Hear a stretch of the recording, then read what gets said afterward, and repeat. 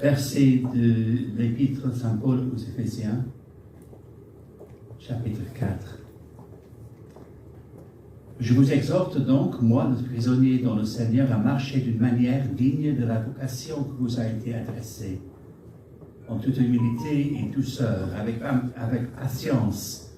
vous supportant les uns les autres avec amour, vous efforçant de conserver l'unité de l'esprit par le lien de la paix,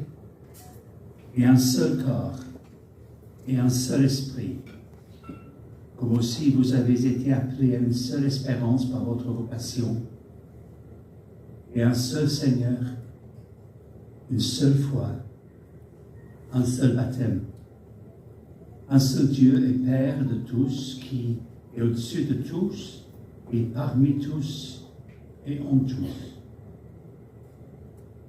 Mais à chacun de nous, la grâce a été donnée selon la mesure du don de Christ. C'est pourquoi il est dit, étant monté dans les hauteurs, il a amené les captifs, il a fait des dons aux hommes. Or, que signifie les montées, sinon qu'il est aussi descendu des régions inférieures de la terre?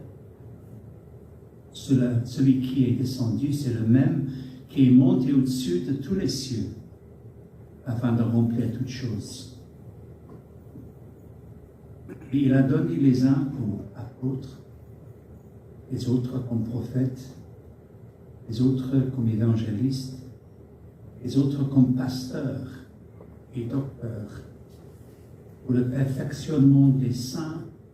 en vue de l'œuvre du ministère et de l'édification du corps de Christ, jusqu'à ce que nous soyons tous parvenus à l'unité de la foi et de la connaissance du Fils de Dieu, à l'état d'homme fait à la mesure de la stature parfaite de Christ. Ainsi, nous ne serons plus des enfants flottants et emportés à tout vent de doctrine, par la tromperie des hommes, par leur ruse dans les moyens de séduction, mais en professant la vérité, pour l'amour. Nous croîtrons à tous égards en celui qui est le chef, Christ. C'est de lui et grâce à tous les liens de son assistance que tout le corps, bien coordonné et formant un solide assemblage,